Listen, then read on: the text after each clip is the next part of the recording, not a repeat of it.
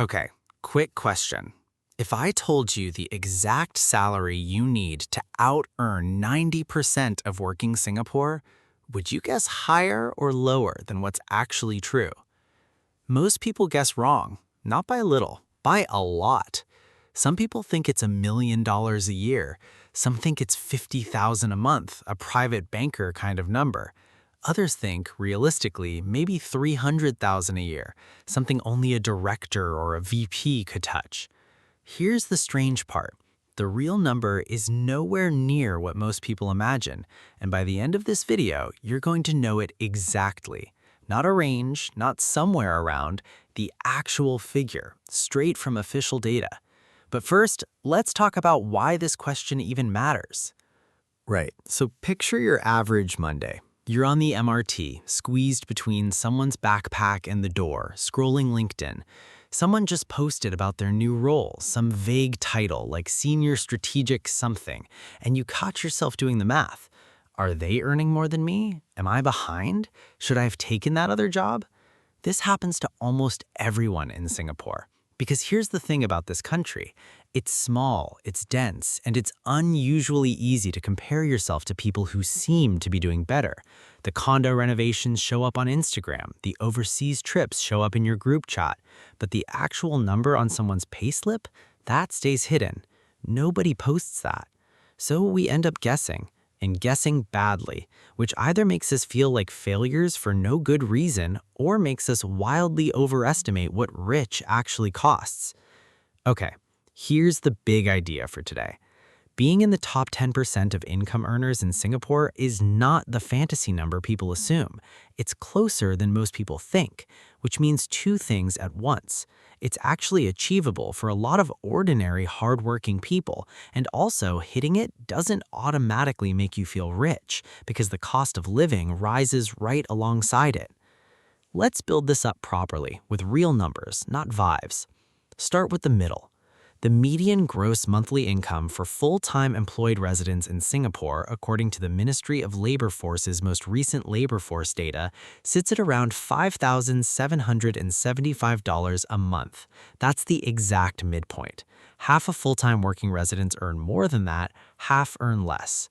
So if you're sitting at $7,000 a month right now, feeling like you're barely getting by after rent, transport, and one too many hawker center dinners that somehow cost $18 now, here's something worth knowing.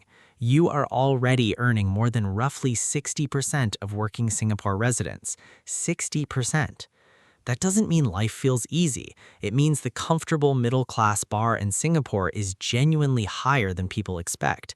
And it also means the way we compare ourselves is broken. We're not comparing ourselves to the median.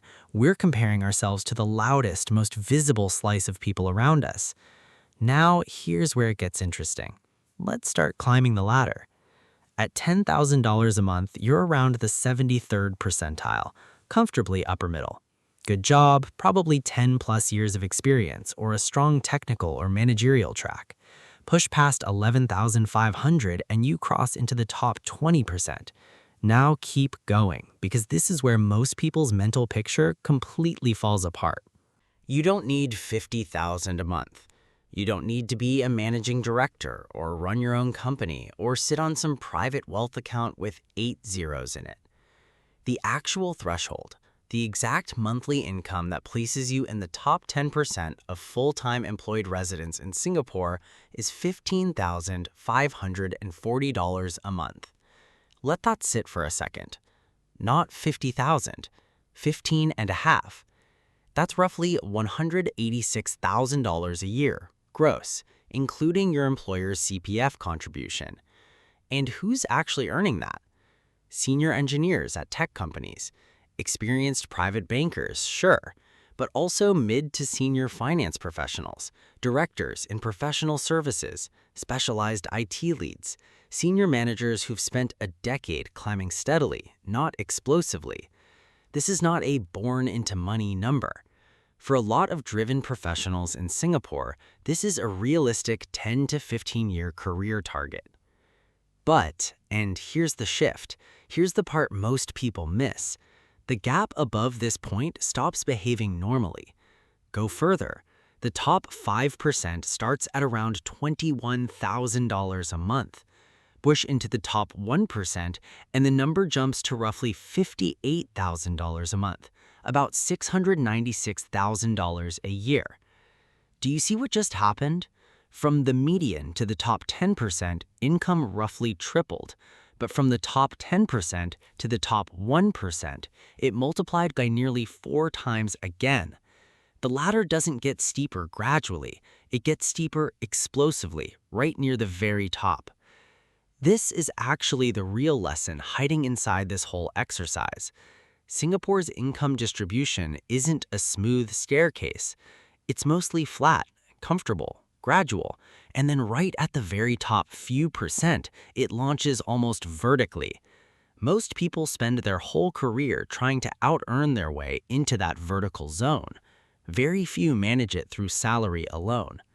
The people who do reach the very top usually get there through equity, ownership, or business income, not a bigger payslip.